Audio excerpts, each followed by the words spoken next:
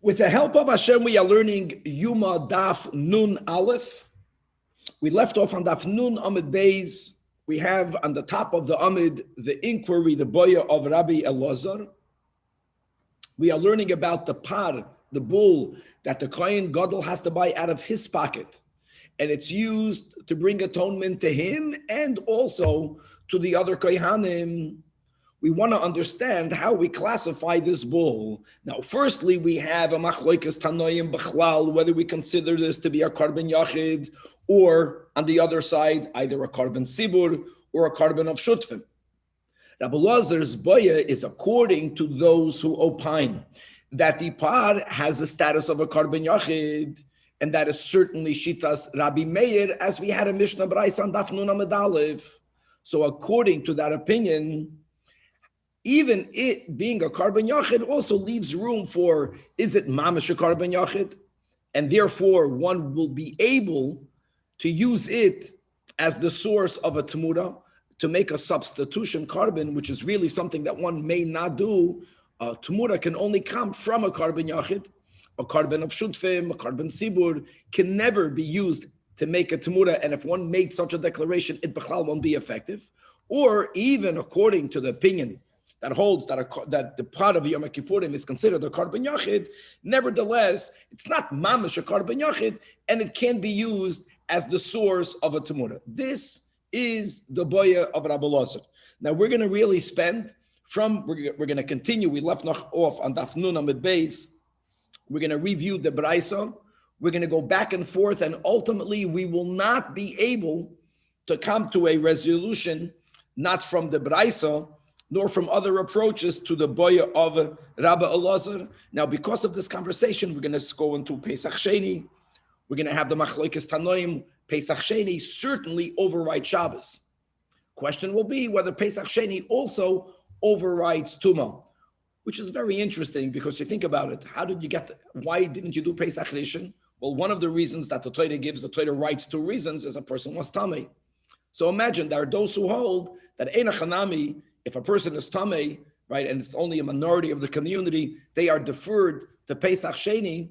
But if they are still Tamei, or they became Tamei again on Pesach for Pesach Sheni, then they should finally bring it. Or other Tanaim hold that, of course not. If the reason why you didn't bring Pesach Rishon is because you were Tamei, so if Tumah deferred you, so then Tumah again should take away your ability to bring the Pesach Sheni. And on Daf Nun Aleph Amid Beis, we're going to continue with the Seder of the Kohen Gadol on Yom Kippur. We are already speaking about him holding already before the kaf, the machta, and we're going to describe the path that the Kohen Gadol uses to get into the Kodesh Kachim. And actually, we're going to have a three-way machloikes tanoim, describing exactly how did he walk through the Heichel, and that's also going to introduce the curtain that we had in the Mishkan that separated Bein HaKodesh or Bein HaKodesh Kachim. In Bayis Rishon, we have what we call the Amatraxin, which was a very thick wall, an Amma thick wall. Well, actually, in the Beis HaMikdash, most of the walls were much thicker, but there was an Amma thick wall that separated the Kodesh to the Kodesh Kachim. In Bayis Sheni, there wasn't the Amma thick wall, but in its place, there were two curtains. We're going to speak out the Machlokas Rishonim Pashat, how to interpret the word Traxin. What does it mean? Why didn't they have the wall, at least according to some Tanoim, in Bayis Sheni, and Chevra much, much more. So let's go back to Daf Nun Amud Beis. I think we should start around 11 lines from the bottom of the Amud, and just to verbally speak out like this. Again, we have the boy of Rabbi Elazar. L'divrei ha'oimer, that the partial Yom Kippurim is a korban yachid. Oisa temura or eina oisa temura. So the Gemara attempted to resolve it from a Braisa that uses this relatively common expression that choimer bazevach mi batfuram, that there's a greater element of stringency in a korban versus a temura, and on the other hand, there's a choimer batmura mi bazevach. And the premise of the proof is that this Braisa is speaking actually about a specific zevach that you find by a zevach, and I'm just quoting part of the Braisa, that it's doicher Shabbos and Tumah. A zevach is a korban from which you can affect a truma. Mashe enkein, if you have a temura is not doicher Shabbos and and tuma, and just to make it clear that certain temuras are b'chlal not brought. L'mashal, a temura from a chatas is b'chlal not brought. Temura from an oila is brought, even though it was born, so to say, out of a violation. One should never make a temura. But even if it's a temuras oila, which it will be brought on the mizbeach, it's never going to be doicha Shabbos or tuma. And the temura itself can never be used as the source of yet another temura. This is just part of the braisa. So based on the premise that we're speaking about a specific carbon, the Gemara wants to understand which carbon is this braisa referring to. A general carbon yachid won't be doicha Shabbos and tuma. A carbon sibur can never be used to make a temura. So is there a zevach, a specific zevach that both has these qualities? Yes, but that must be, that was the Gemara's proof, the par. Exactly, that this braisa also follows the view that we classify the par of the Kohen Gadol on Yom Kippur as a carbon yachid, and we know that it's doicha Shabbos and tuma. It's brought on Yom Kippur, and it's doicha tuma. It has to be brought on that day. There's a b'mayadoi. And yes, it can make a temura. That will be a great proof, a resolution to the boya of Rebbe Lazar. So 11 lines from the bottom of the Amid. So Amar Rab Sheshes, there is no proof. I accept that the Braisa might be referring to a specific zevach, contrasting a carbon versus a temura. However, who says the Braisa is referring to the par of the Kohen Gadol? Maybe be'eloi shel Aharon. Now there is a carbon oila that is a ram that Aaron brings on Yom Kippur, and that carbon oila, that ram, that ayil is not brought for anyone else.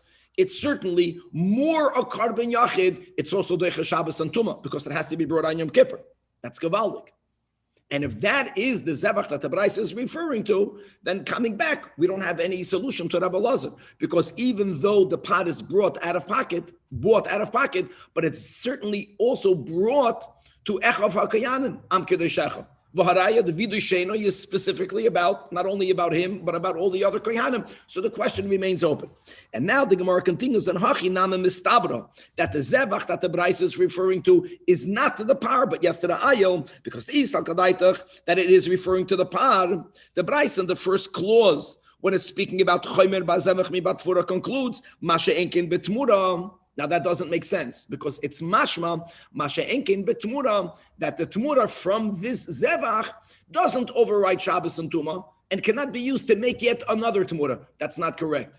Well, it's correct, but the inference is not correct, because by saying that the tmura doesn't override Shabbos and Tuma implies that if it is not, there's no Tuma and it's on a weekday, then it will be brought. Well, the tmura, if you can make a tmura from the par, which is a chatos, a tmuras chatos, is not even brought on the weekday. Tmura, the par, only Shabbos v'tumah d'leidachya, which implies habachoil mikriv karva. No, ha-tmuras chatos v'tmuras chatos l'misla azla. And therefore is a raya that the Braisa is certainly not speaking about a par. The Braisa is only speaking about an ayol. The ayol is an oila, and yes, tmuras oila is brought, not Shabbos, not betuma. Cannot be used to make another temura, but it will be brought. Beautiful. Says the Gemara Elohim. Well, even though you're right by saying that this Braisa cannot be used as a conclusive proof resolving the boy of Rabbi Lazar, because it might be speaking about an ayol, but don't tell me that it must be speaking about an ayol, because maybe, perhaps, le'olam, that the Braisa is referring to the paroi. But when it says Mashe Enkein betmura, it's not speaking about the temura of this par.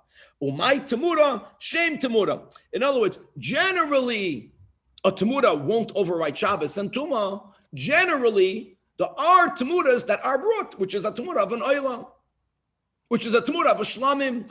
In other words, the Mashe Enkein temura is not speaking about a specific type of temura, but it's speaking about the general category of temura. Asks the Gemara, how can you teach that meaning? If the Braisa is not speaking about any specific carbon, so why did you Bechlal bring this Braisa at least to attempt to prove, to resolve the boy of Rabbi Lazar? Maybe the Braisa, when it says Zevach, it also doesn't speak about a specific Zevach. The Braisa is only speaking about the general category of the Zevach. In other words, how did we come to say, that a par can make a Temura? because we're trying to figure out which zevach on one hand is doiches Shabbos and Tuma, and on the other hand can make a Temura. And the general problem is that zvachim, as a rule with many exceptions, but if it's a yachid, it's not doiches Shabbos and Tuma. So it's a tzibur, but if it's a tzibur, it doesn't make a Temura. You chop the problem here. And therefore we came to say, the zevach is the par, or now the ayo. Why are you b'chlal saying that? Why can't you understand the Brais is contrasting the general category of a zevach versus the general category of a Temura, and it should never have been brought.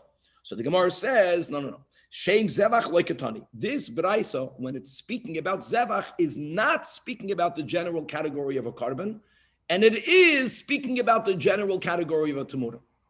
Now, Chavra, all of this just means that at the end of the day, this Braisa was taka used as a attempted proof, because we are speaking about a specific zevach, but it won't be an ultimate proof because it could be a par, it can be the ayah.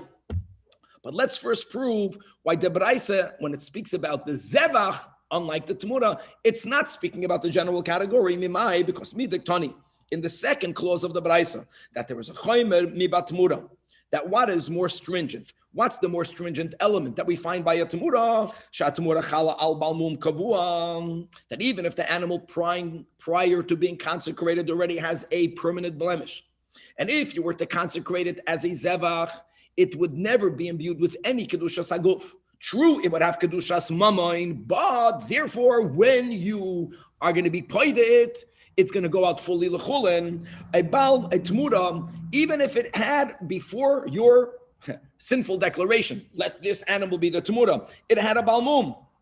It does get imbued with kedushas haguf. Now it has to be redeemed, but since it had kedushas haguf, ve'eino yoytze l'chulen, it never fully goes out l'chulen, meaning you will never be allowed to share it. You will never be allowed to work with it nakuda. Now ve'isal kadaitach, that this braisa my zevach is shem zevach is speaking about the general category of zevach. So then the contrast is not true, because we do find certain karbanos that are not temuras, that are zvachim, that will imbue an animal with kedushas haguf, even though it has a mum, which will be daf nun aleph v'ha'ika, either a b'chor, the b'chor, it's taka going to become going to be given to the kohen, but it has kedusha, not kedushas mamain, kedushas haguf. Similarly, meiser behema, whichever 10th animal leaves the pen becomes consecrated with kedushas meiser behema, even though again it's not going to be bored on the mizbeach, but it's beyond kedushas mamin. The chalen al bamum kavua, and therefore ve'ena yoytzen l'chulen legazas uleyavet. So the only way to interpret the Braisa properly is when the Braisa speaks about zevach, shem zevach loikatani. The Braisa is not speaking about the general category of zevachim.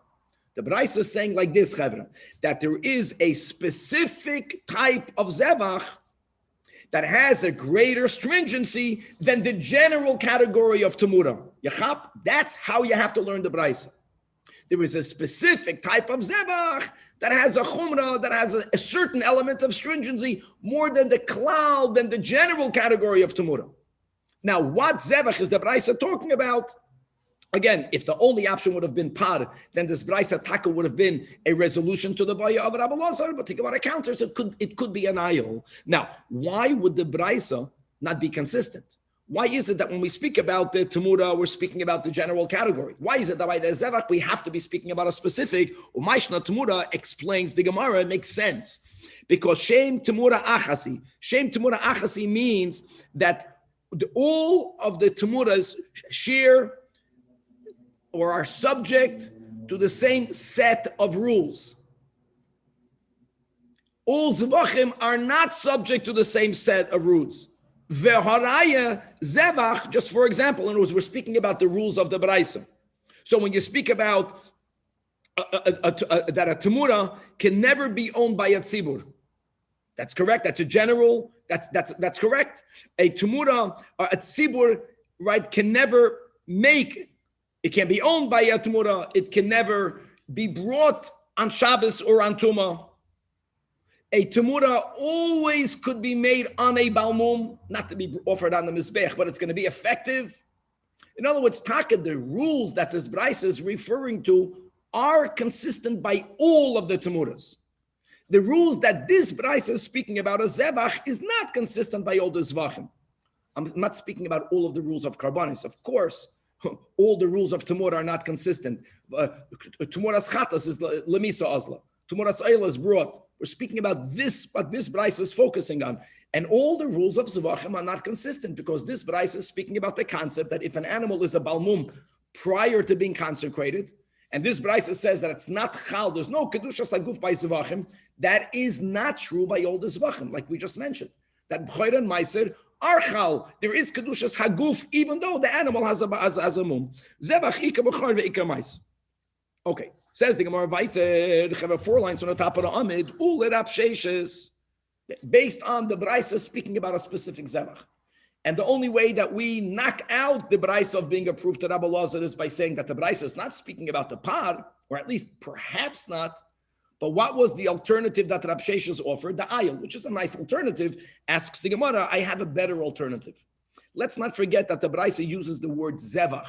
You know where we find the word zevach used in the Torah concerning benegeya, a specific carbon? Pesach. Zevach Pesach. So asks the Gemara, Ule Rab Sheshes, why not loik Pesach? Again, why is Pesach better than an ayil? Because the Torah calls Pesach Zevach Pesach. And it fits, because again, what's the stringency? That Pesach is Doiche Shabbos and Doiche Tumah, at least when it's Roif Tzibur. A Pesach could be used for a Temurah, right? How do we know that a Pesach couldn't be used for a Temurah? Didn't we just say that even if you only have partners owning a carbon, it can never be the source of a Temurah? True. But you could have a Pesach that's only owned by one person. Now this takes us back to a Machlekes Tanaim that we had in Psachim. Not everyone subscribes to that. Because there could be the Karban Yachadu. So that's exactly the answer. Says the Gemara, the reason why Rab Sheshes did not give this option is because he will subscribe like those Tanoim who hold that Ein Shoichten as a Pesach al HaYachid ever. We never allow for a Pesach to be owned by a Yachid. So when the Braisa so such a Pesach can never be a source for a Temurah. It cannot be the specific Zevach that the Braisa is referring to. Even like Pesach Sheni, even those who hold that a Pesach Rishon may not be owned by one. A Pesach Sheni could be owned and brought by one Yachid, and therefore it will be able to be used for a Temurah. So answers the Gemara, no, that's also not a solution. Because Midachi Tuma. We're going to see in a few lines that there was a Machlekes Tanoim. The Art Tanoim, and the Gemara knows this, that hold that Pesach Sheni does override Tuma. But other Tanoim don't. And as a klal, we always prefer, when we read a Tana, which was the Braisa that we learned on Daf Nun Amud Beis, that doesn't have any name attributed to it, we would prefer for it to go L'Kula Alma. And when the Braisa is saying that there is a Zevach that's Doiche Tumah, if it would have been referring to Pesach Sheni, well, that's already a Machlekes Tanoim. We want to avoid that. And therefore, Rab Shesh's solution, his approach, which will make the Braisa a non-proof to Rabbi Lazar, is perfect by saying it's referring to the ayil of Yom Kippur, which L'Kula Alma is Doiche Tumah. Pesach Sheni is not L'Kula Alma Doiche Tumah. Okay. Amalei Rav Huna Bereida Rabbi Yeshua to Rava. And the Mishnah Braisa that we learned in Daf Nun Amud Aleph, there was the Tanakama. Then Rav Meir challenged the Tanakama. That was the Tanakama that's saying, why is it that certain korbanos are doiche Shabbos and Tumah and certain are not? So the Tanakama says, I'll tell you, a carbon yachid is not doiche Shabbos, not doiche Tumah. Carbon sibur is. So there was a rebuttal from Rav Meir, and then there was a rebuttal from Rabbi Yaakov. So why is it that we learned the Tana, and this Tana is referring to Rav Meir, the ratio of what we learned on Nun Amud Aleph, Maishna Pesach to Karele Carbon Yachid. And you can classify this as a carbon sibur because it's taken, we just said, according to some, it may never be owned by one individual. It's brought when everyone is together. But still, if that is called a carbon yachid, so why is it that when Rabbi Yaakov challenged the Tanakama and he used chagiga as one of the proofs for his rebuttal, he called a chagiga a carbon sibur? It doesn't make sense. And the Gemara explains its challenge. If the reason why you're calling a chagiga, guys, chagiga, really there are two chagigas. Remember from Pesach, there's the chagiga that is called simcha. No, there's a mitzvah of samachta b'chagecha. The ain't simcha elo b'basar elo b'yayin. So you have to have basar. You bring a shlamim, a chagiga. But then there is on the first day of Yontiv. Ideally, you have to bring an oilas re'iyah and a shalmei chagiga. So let's go to that. Now every individual has to bring it. Every individual has to bring it. Why would you call it a tzibur? Mishum, that the reason why Rabbi Yaakov calls the chagiga a korban tzibur, because the asi b'chinufia, because it's brought in the gathering. In other words, you have all of the Yidden assembled on the first day of Yom Tiv. So even though you own it, but since it's brought only when everyone is assembled, that will classify it, at least here, as a korban sibur. Well, if that's the case, Pesach should also be called a korban sibur because it's also brought b'chinufia, in the assemblage and the gathering of the Yidden. Says the Gemara, true, Pesach Rishon might have been called a korban sibur, but since this Braisa or Mishnah is not speaking about which Pesach, it's referring to both Pesach Rishon and Pesach Sheni. Pesach Sheni is dafke not brought b'chinufya. Fakert, if Roiv of the Tzibur would have been Tomei, they would have brought Pesach Rishon. The whole concept of a Pesach Sheni is to give an opportunity to individuals to make up for that which they didn't do prior. Ika Pesach Sheni, that the lo yasa b'chinufya. So Amalei, hold on. If Rav Meir, right, and Daf Nun Amud Aleph is referring to Pesach Sheni, and he's using that as a proof, right? Im Kain, Take, Yehei Doiche, Es HaShabbos, Ve'es HaTuma.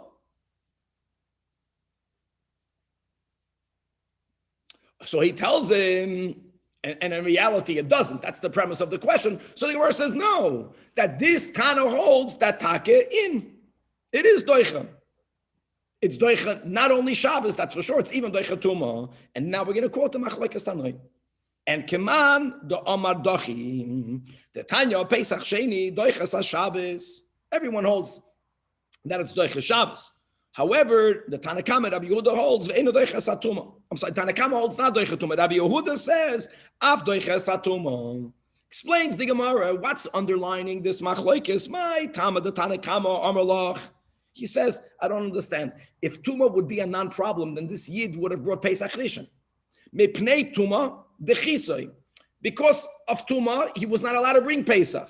So you're telling me that V'yaseh Tuma, so he should bring it by Pesach Sheni. Like if he's anyways bringing it by Tuma, look back, then he should have brought Pesach Rishon. It doesn't make sense.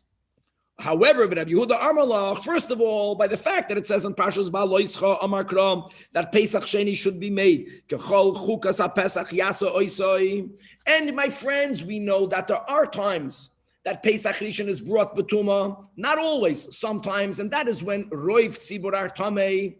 So first of all, to make Pesach Sheni like Pesach Rishon, it will be more similar, if it will also share this character trait, not in details, but in concept, that there is Pesach Sheni that is brought betuma. But Tanakama had a logic. He says, if you're anyways going to bring it betuma, why didn't he bring Pesach Rishon? Well, the answer is, of course, we prefer for you to bring it betara. So if you don't have the Roiv Tzibur Tamei, you're just a Yachid, then don't bring Pesach Rishon, for you to have the possibility of bringing it betara. But if at the end of the day, it came out that before Pesach Sheni, you became Tamei again, or for whatever reason you didn't get rid of the old Tuma, then bring it. Vafilu betuma. Like Pesach Rishon means also that sometimes it should be brought betuma. HaTorah hechazira olav lasas betara. So notice, why didn't you bring Pesach Rishon? Because the Torah lachatchila would prefer for you to bring it betara. But lo yizacha yasenu betuma. Okay. Daf Nun Aleph Amud Beis. Chevra, we are back. All of this now is that the Braisa that we brought on Daf Nun Amud Beis, that's speaking about a specific zevach, is lav dafka speaking about the par. For you to bring a raya that the par could affect the tmura. So we're back to the boya of Rabbi Lazar. So again, many hold on Daf Nun Amud Aleph that the par of the Kohen Gadol of Yom Kippur, right, is not a korban yachid. It's a korban shel shutfim. It might even be the way it was worded by Rav Amram, a korban shel tzibur, even though he brought it out of pocket, but he gives it to the other kohanim. V'haraya, they get kapara from it. Rabbi Elazar is saying that Rav Meir clearly called the par, and we had the Braisa, not par Helam, he called the par a Yachid. He called it a par, a Karben Yachid. Well, is it Mamish a Yachid? Can it be used to make a Tamura or not? That was the boy. So that's unresolved yet. So again, we're going to try to give a response to solve this boy.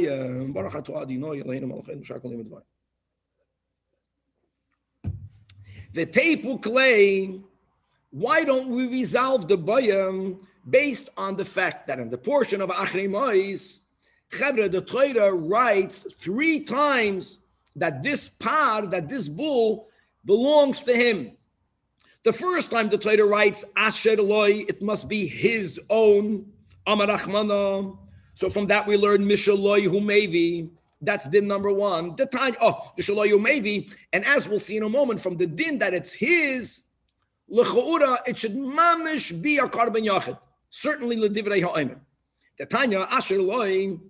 When the Torah wrote the first time Asher Loi, from that we learned Mishaloi Humevi v'lo Mishal Tzibur. However, says the Braisa, had the Torah only wrote once Asher Loi, I might have thought Yachol Lo Yavi Mishal Tzibur, that it may not be bought from Tzibur funds, and the reason for that would be because She'ein had Tzibur Mischaprim Boy. So the Asher Loi is only, it's not coming out of the Trumas Halishka. It's not coming out of the Shkolim. Avol Yavi Mishal Echav HaKoyanim, but at least let the other Koyanim also pay for it because Shaharei Echav HaKoyanim is Chaprim Boy. So to make that clear, that that's not the case, the Torah writes a second time in the portion of Achrei Mois. Again, Asher Loi, taka out of his pocket. Still the Braisa continues. Yachol Yavi, maybe the Asher Loi is only that they should not participate in its buying. They don't give any money for it. That's a lechatchila dekadin. But the heavy. But if the Kohen Gadol got money from them as well, then b'diavad it's kosher. And indeed, that is this unique rule of kachim, that even when God says that something should happen or something should not happen, if the Torah does not repeat it, it means it's not essential. It's only lechatchila or only a mitzvah, but not ma'akev. So that's why Talmud Leimer Shuv a third time. Asher Loi. In other words, the second Asher Loi is not even a repetition, because the first Asher Loi is not from the tzibur funds. The second Asher Loi is not even from the kohanim. The third Asher Loi is that not even from the kohanim is essential. Shana hakosav olav la'akev.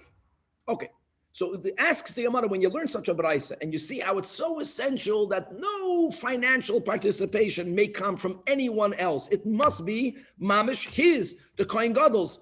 So come on, that's a Karben Yachid. So the Gemara says, no, ula taimeich. I don't understand. You think that it only belongs to him?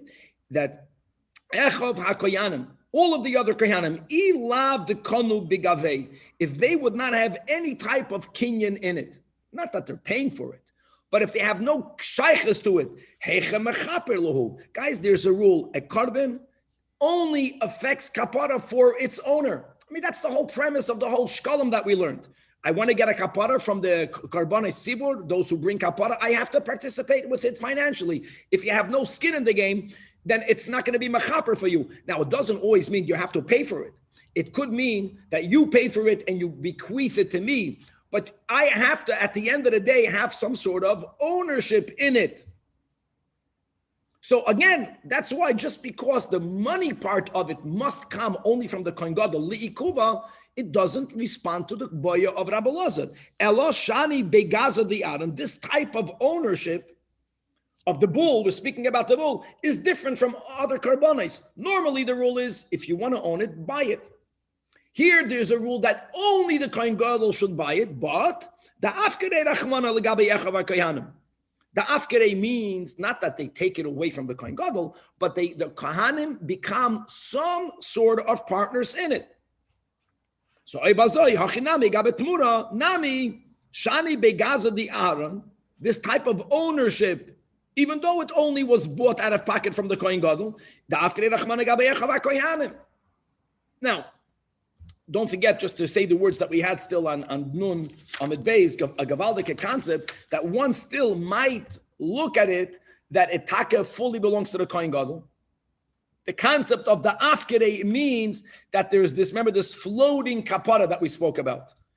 that the moment the Kohen Gadol becomes completely atoned for his failings, then automatically all the other Kohanim become atoned as well. It's as if the atonement of the Echav HaKoyanim are contingent on the Madrega of the Kohen Gadol. When the Kohen Gadol gets better, automatically that brings, it could be.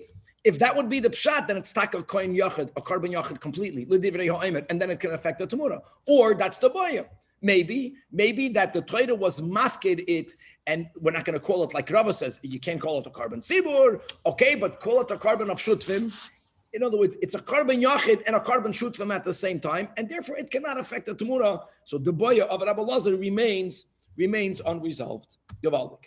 Chavra, we're coming back to Easy Street. It's Pashat. Yoma is beautiful. We are going to continue to learn the Pashat, the Seder of the Avodah of the Kohen Gadol on Yom Kippur. Giving a heads up, tomorrow, finally, Daf Nud Beis is when we're going to enter the Holy of Holies. That's beautiful. But we're not there yet. The last thing we mentioned was how the Kohen Gadol now has in his right hand, Dafka, the machta of the coals. Right, remember the golden, the rose gold, the red gold with the long handle, the 3 kav of coals in the right hand, because either it was heavier or because simply by the fact that it was hot, we gave the stronger hand the job of holding it. In the left hand of the Kohen Gadol, you have the kaf. He is now going to the Holy of Holies, but he has to go through the ulam and the heichal. And we're not going to focus at all at the ulam, but yes, we're going to focus on the path that he took through the heichal to get into the Holy of Holies. Says the Mishnah. Ho yamahalach beheichal, with the macht on the kaf.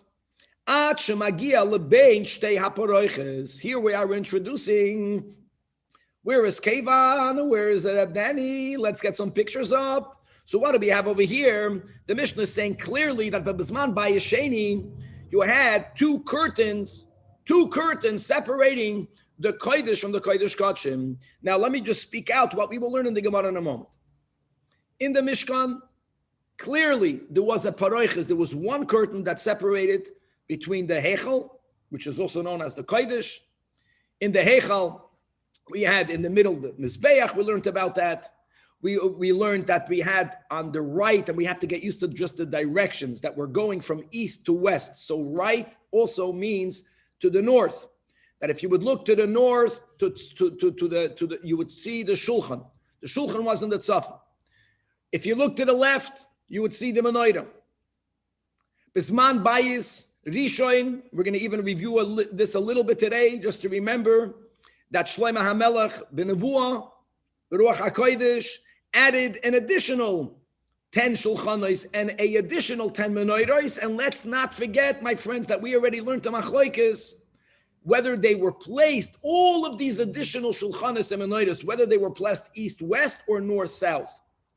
If they were placed north-south, they were dafka placed in 2 columns, not in 1 column, but they went mamish, very good, from wall to very good. That's a great picture, from wall to wall. So in the picture that we have up over here, we don't yet see the 10 shulchanos. We don't see that at all.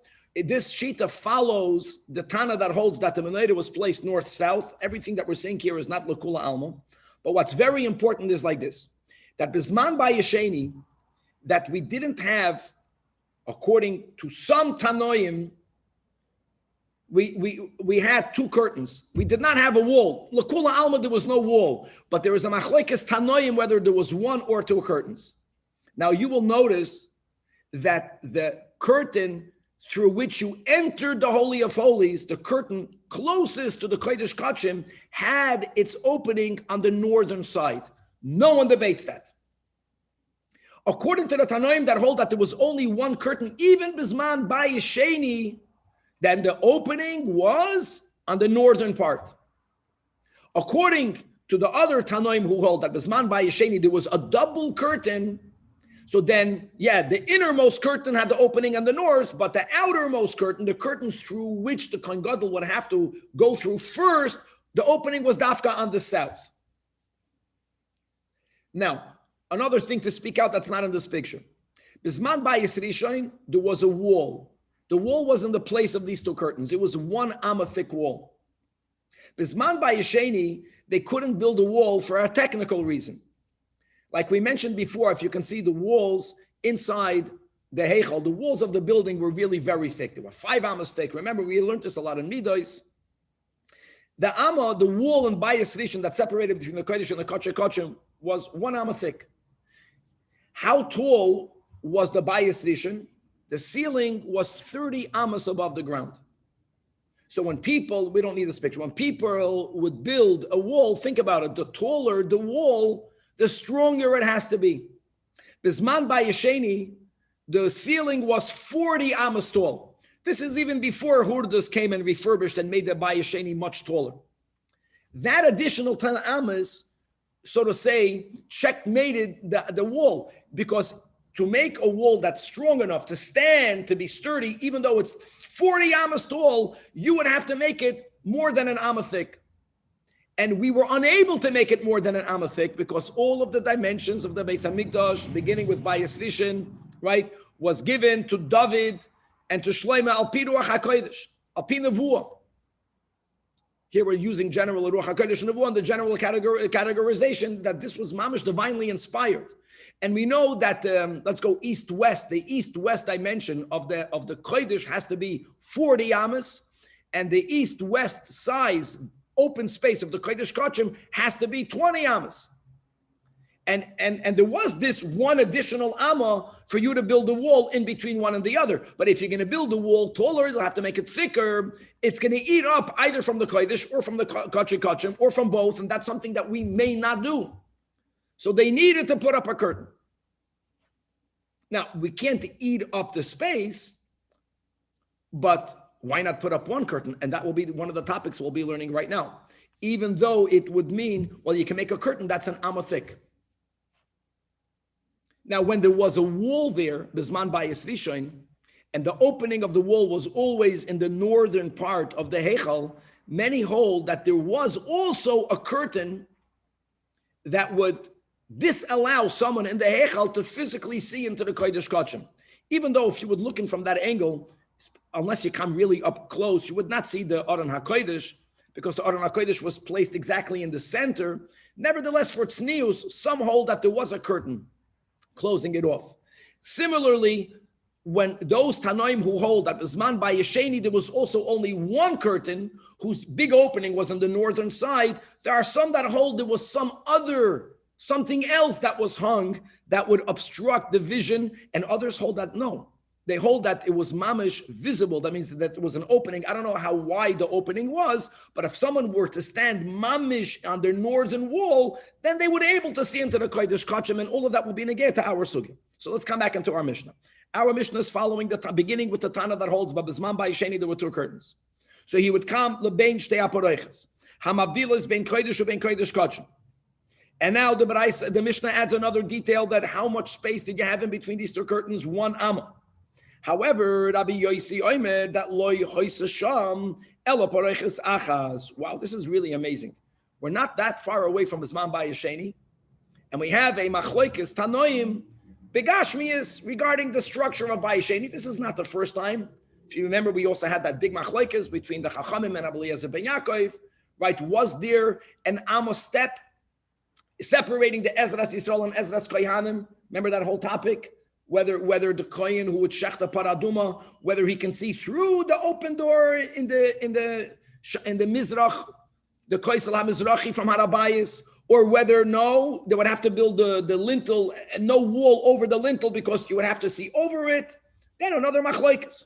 Rabbi Yosi Omer, this is the new picture now on the screen. That lohoisashom ela paroiches achas bulvad. And why is that shenemar? Now the shenemar is not a pasuk regarding Bayesheni. The shenemar is a pasuk that we have in the Chumash. That means regarding the Mishkan. V'hivdila haparoiches lashon yachid lochem ben hakodesh ubein kodesh hakodoshim.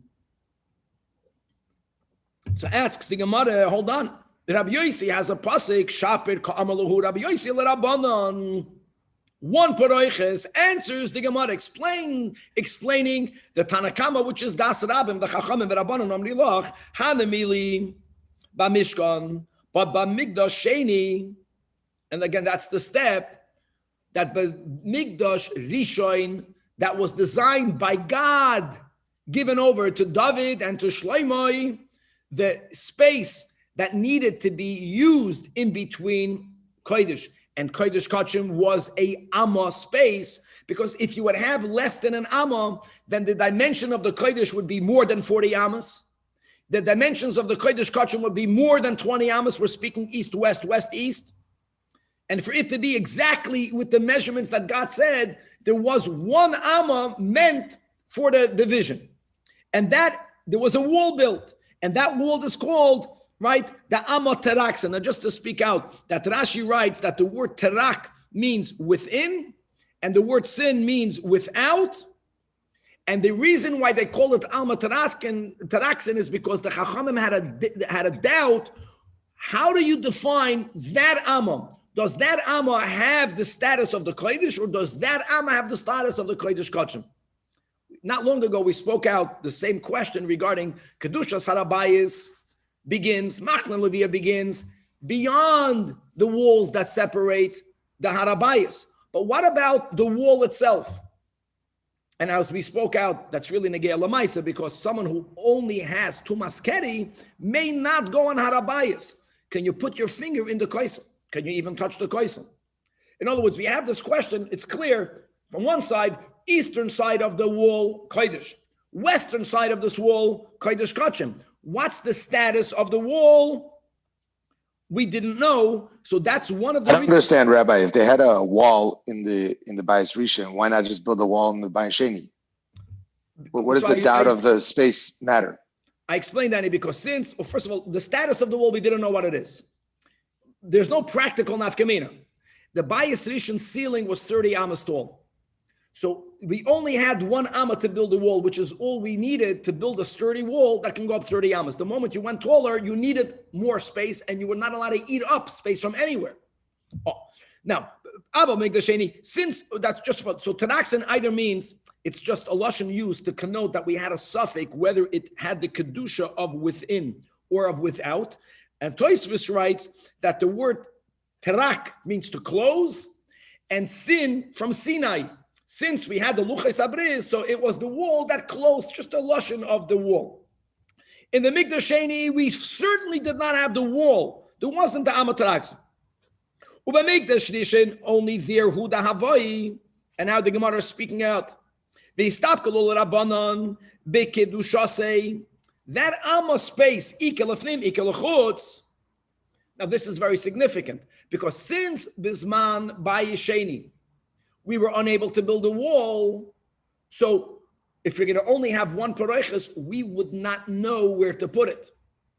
We would not know where to put it, because if, let's say, you're going to put it in the innermost part, but if the Amma space itself also has Kedushas Kodesh Kachim, then it's a terrible thing. Then someone is going to be walking up only to the paroiches, but they're going to be really entering the Kodesh HaKachim. That's unacceptable.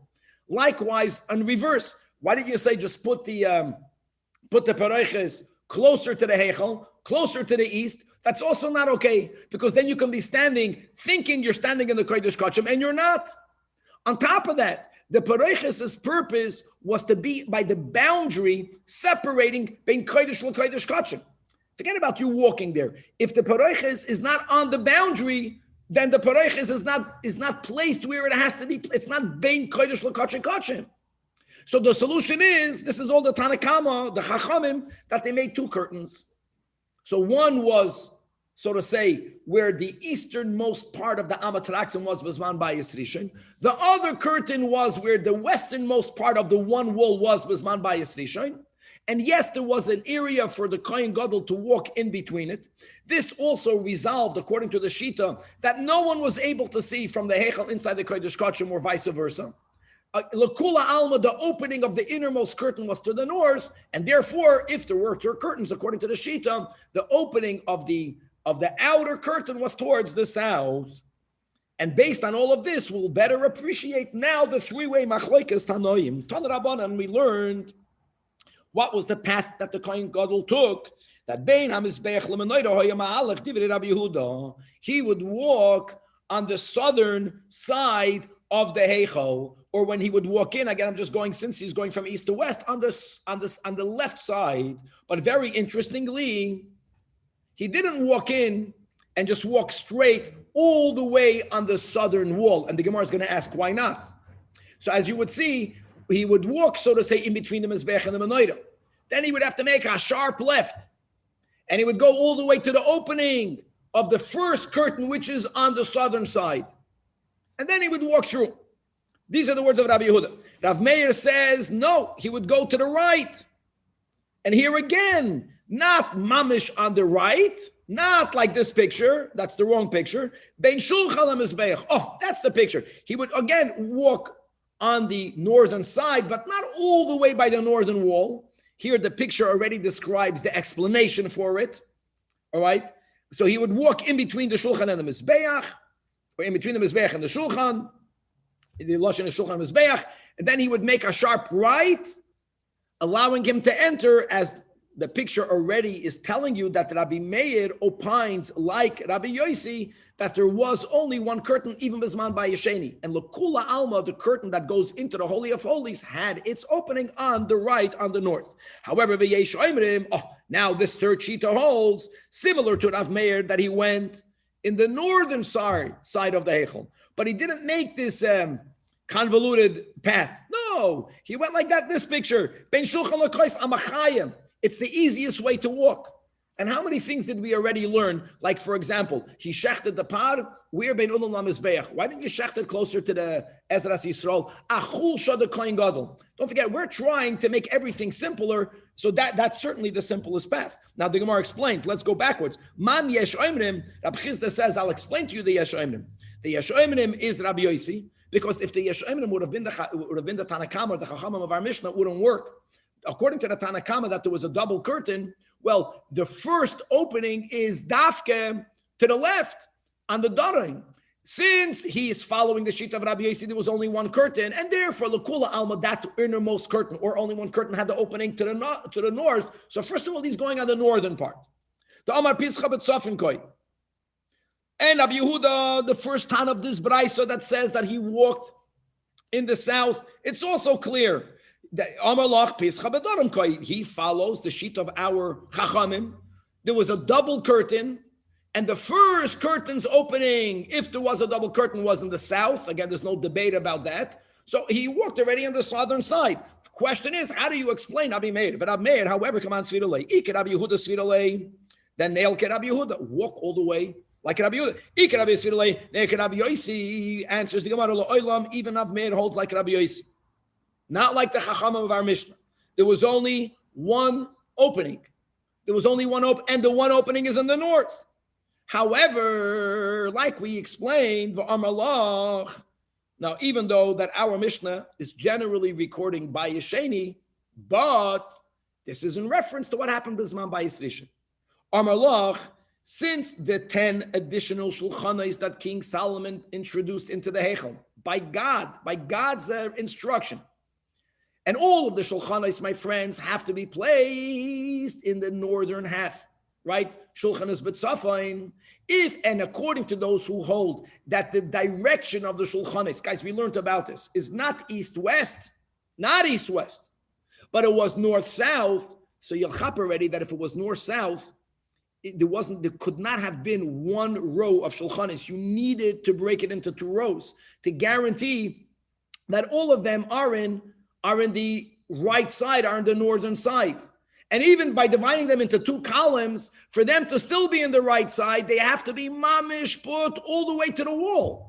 So you could not have walked on the wall because they were blocked by shulchanos. Shulchanos, safin darim monachim, not mizrach ma'arev. We're speaking here about the extra shulchanos, and therefore, umafsek alei shulchan, there was a hefsek, there was an obstruction created twice by both of these rows, and v'loy misayalei, all the way on the northern wall. So you needed to walk in, walk over. It has to be north. You want to keep to the northern half because ultimately you will enter from the north. Don't walk if more than you need. And I think it's not only about chosha the kohen gadol, it's that also.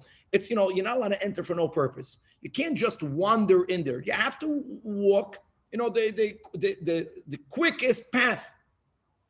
When you call a person now to an Aliyah, by the way, it's the same halacha. Even though the general rule is that kol pina she'ata poina lo yeh el derech yamin, So if you walking to the bima, going to the right or to the left is exactly the same, then you should always walk derech yamin. But if closer is walking to the left, then you walk to the left. Because you don't wander. You're being called to go to the Torah. Go the quickest route possible. He's taking the quickest route possible, even if there's no chulsha. The question is simply where the opening is and how the shulchanos are. Or Lo'ilam, Rabbi Meir will hold that, the 10 additional shulchanos, their layout was not north-south, but it was east-west. And therefore, theoretically, you could have walked on the northern wall. And he also holds there was only one curtain. The opening was in the northern wall. So isn't that the quickest route? Yes, but precisely that is the problem. Because since there is a greater gilui of the Shechina in the Kodesh Kachim, so it's not proper decorum, lav oirach aradaf nun beis lemeya lahedya, to walk directly towards the entrance. And this is what we mentioned when we began the Mishnah, that you should know there is a machloikas here in the Rishonim. Listen, if there were two curtains, there's nothing to talk about. No one can see from one environment into the other. If there was only one curtain, and bisman bayis rishon, that lekula alma, there was the amatraxin, and that was opened in the northern side. Was the taka opened? Some Rishonim hold that they hung a curtain there. They put some sort of division to obstruct vision. Others hold not. That if someone taka were to walk all the way on the northern side, they would mamish be able to see in. Now they wouldn't see any kli kodesh unless they went all the way to the end of the heichal and they would like peek in. Then they would see the badim, maybe they would even see the aron hakodesh. No one would do that. That's wrong. But and this Gemara can be read according to anyone. Avada, if it was opened, it's not considered sneezdik because then you can gaze inside. And Rashi clearly subscribes to that opinion. We don't want you to see inside. And even, you're going inside, it doesn't matter. You're still in the heichal, you should not be able to see inside. Even if there was some sort of curtain, still it's not considered as a modest. You're going straight into the holiest place in the world. Fakert, come from an angle. The Rabbi Yosi Amalach. Now, what about Rabbi Yosi? So Rabbi Yosi Amalach, Chavivin Yisrael, Shalai Yitzrich Hanakosav L'Shliach. That since Yidden are beloved, ve'haraya, they don't need a shliach. We'll read the Rabbeinu Hanan. We have time. That's why on Yom Kippur, yes, walk straight on the northern wall. Let's read the Rabbeinu Hanan. It's right here in the left third line from the top. That they don't need a. He has an old different version. Haloi Tira. This is how the Rabbeinu Hanan understands our Gemara. Kibachol Lashona Hitzrichu Hakosuv Lekoyin B'Makoim Shliach. When the Kohen Gadol walked around, there needed to be a proverbial announcer. Shliach, the Kohen Gadol is coming. That wasn't to give honor to the Kohen Gadol. That was to give honor to the Shechina. It's like when you live in your home, it's more respectful for you to be informed prior to someone entering your house. Like today we have a bell. The purpose of even if the door is open, then you're told the guest, walk in, ring the bell, knock on the door. The bell is like a shlich, it's like an announcer. So the Rabbeinu Hananel is explaining by the fact that the Kohen Gadol had those rimonim, right, on the me'il. The reason for that is not for people to know that the Kohen Gadol is coming. It's ke'ilu, you are announcing to the Shechina that someone is coming into you, the Shechina space. The fact that on Yom Kippur says that Rabbeinu Hananel, he didn't go with those, when he went with the Big Day Love and he didn't have those rimonim bells, that means that God is so intimate on Yom Kippur with the Yidden being represented by the Kohen Gadol, mamish, come right in. So fakert, coming right in also means walking straight on the northern wall. Now, just to remember that we also spoke about that the ladle, the kaf, according to one interpretation, did have a ring, and the ring did make noise. Remember that funny word. If according to that understanding, then the Rabbeinu Hananel's whole explanation doesn't fit. But anyways, Rabbeinu Hananel certainly did not subscribe to that, and he held that when the Kohen Gadol walked around, even with the big day oven, no noise was made. There was no instrument. There was no keli that made any noise. Fakir. That's the pshat that shaloi tzricha hakasav l'shliach, and that's mamash gavaldik. When you're really close to someone, you tell a person, "Come right in. Don't even knock. Walk on the northern wall." Now comes the question. The question is that the shita of the Tana Rebbe Yehuda that says he walked on the southern wall. He, like we said, subscribes to the Chachamim of our Mishnah that there were two curtains. Now we have a Gavaldik Kasha. What's the great question? If there were two curtains, this concept of not walking all the way on the wall because it's disrespectful is not shaykh because there was a double curtain. You can never forget the southern side was Bechlal, not the entrance. Not only was there a obstruction by the inner pareiches, but when you went in between the two pareiches and you had to walk all the way from south to east. There was no obstruction in the Heichal disallowing the Kohen Gadol to walk all the way on the southern wall. So now the question is, why do you have to walk Be'mizbeach L'Menorah? Answers the Gemara. And guys, we just learned that there was 2.5 amas between the Shulchan and the Kaisel, the one Shulchan that was needed for the Kahanim to be able to replace the Lechem Apanims. And to be symmetric, we learned, even though that you went up to the lamps only by the stairs, if you went up to the lamps, because they were part of the menorah from one side, but just the menorah should be symmetric to the shulchan. It was also 2.5 amas away from the southern wall. That's enough, plenty of space for the Kohen Gadol to walk through. Answers the Gemara that mashcherei money, that if he would walk by the wall, his money, his begadim would become shachar, they would become blackened, because fire was burning there the whole time. So in order for him to stay away from the wall, if he would touch the wall, there would be some soot, if that's the word.